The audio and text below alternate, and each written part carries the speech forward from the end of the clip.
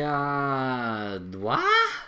I have so many questions about this. Well, I hesitate to call it a film. Not just because it's an unpolished mess, which it is, but because it lasts a mere 81 minutes. Now, that's not to say good films can't be short. Airplane is 88 minutes, Spinal Tap 89, Toy Story 81, but each of those, and so many more, was a lean, mean fighting machine with absolutely no fat on its bones. The Queen's Corgi? Let me loose in the editing suite and I can get that down to an hour easy. Hell, if I was to get rid of all the fat on its bones, I could get rid of, 81 minutes worth of fat. But leaving that aside, this film's release date smacks of some unpaid intern who was told to release the film, but couldn't be bothered to check IMDb to see what was coming out this month. I mean, this is a low-budget, animated film coming out in the immediate aftermath of Toy Story 4, whilst boasting the animation of Toy Story 1. Seriously, where Toy Story 4 opens with a scene in the rain, as well as photorealistic cats and humans that don't look like soul-sucking nightmare creatures, whereas this has those things I just said. I mean, I could get something like this coming out in dead time, such as September or January, but in the middle of the summer bloodbath? That way madness lies. I mean, this film came out on the 3rd of April in France and Belgium. Uzbekistan got it on the 22nd of June. Scotland and Ireland on the 28th of June. Whereas those of us in civilization and Wales got it on the 5th of July. I mean, words just fail me. Because this has got to be one of the worst release schedules I think I've ever seen.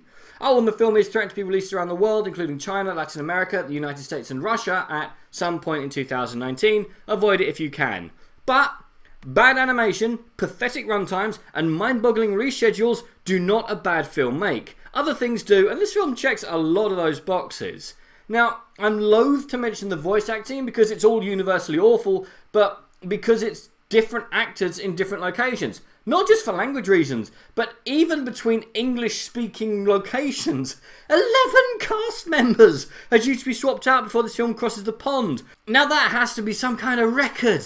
Hopefully some of those 11 will be able to match their voices to their PS1 lips, but I won't hold my breath. Also, and I know this is a relatively minor thing, but you do know that Her Majesty doesn't have any more corgis, right? 3 seconds on Wikipedia taught me that. Also, Trump is the first colonial emperor in a long time, possibly ever, to not own a dog. He's never owned a dog. In fact, why was he in the film at all? He adds nothing to it and seems to exist merely to generate loads of free publicity. Never mind. It didn't help that, in my screening at least, it was a worse Trump impression than the foxes that practice every single night at 3 AM under my bedroom window. Every single night. And it would have been so easy to have all the humans slightly out of shot a la Lady and the Tramp. It would have made things look so much better as I wouldn't have had to look at those things. And the limited budget could have gone on mid-era PS2 graphics instead of what I got.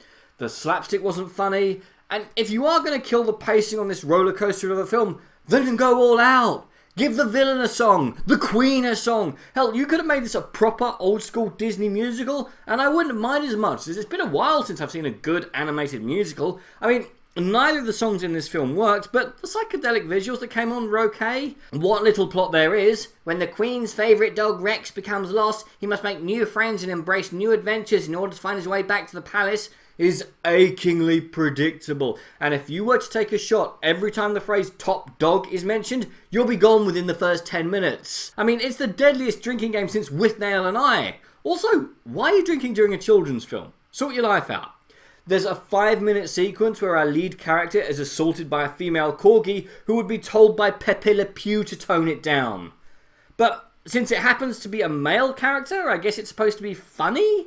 It just left a bad taste in my mouth, but that might have just been the drinking game. Hell, there isn't even a 15 for half pints to sneak into after buying tickets to this drock. But what did you expect when the poster boasts that this is from the people that made Romeo and Juliet?